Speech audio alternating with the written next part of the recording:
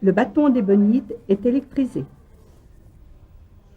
Au contact avec l'ébonite, la bille capte une partie de sa charge négative et est aussitôt repoussée.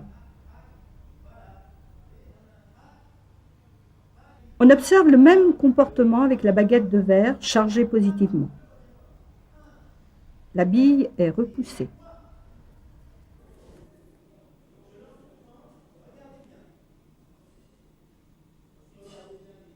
Cependant, si l'on charge la bille négativement avec l'ébonite,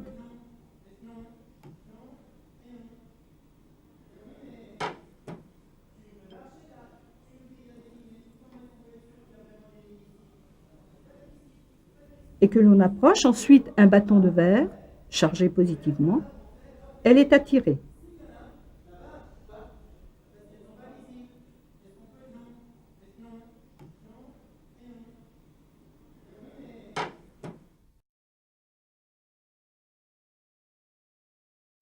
Un électroscope est un appareil permettant de mettre en évidence l'existence de charges électriques statiques, positives ou négatives.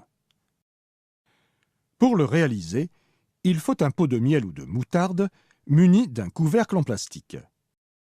Par un trou percé dans le couvercle, on fait passer un fil métallique dont l'extrémité intérieure est munie d'un petit crochet, un petit ressort par exemple. À l'extérieur du pot, le fil est enroulé en spirale pour faciliter le contact avec des objets chargés.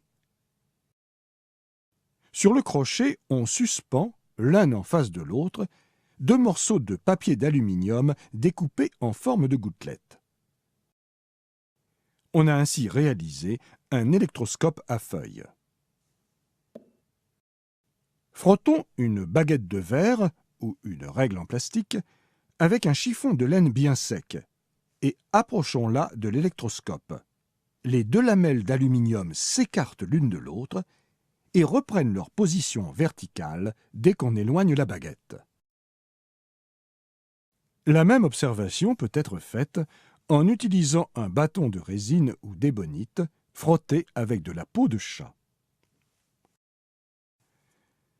Reprenons la baguette de verre chargée avec le chiffon de laine et mettons-la en contact avec le fil électrique enroulé en spirale. Les lamelles s'écartent.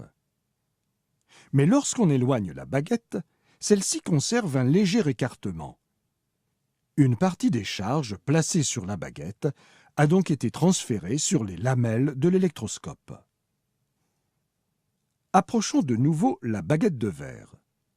Les lamelles s'écartent un peu plus et reprennent leur position si on écarte la baguette. Au contraire, si c'est le bâton d'ébonite qui est approché de l'électroscope, l'écartement entre les lamelles diminue.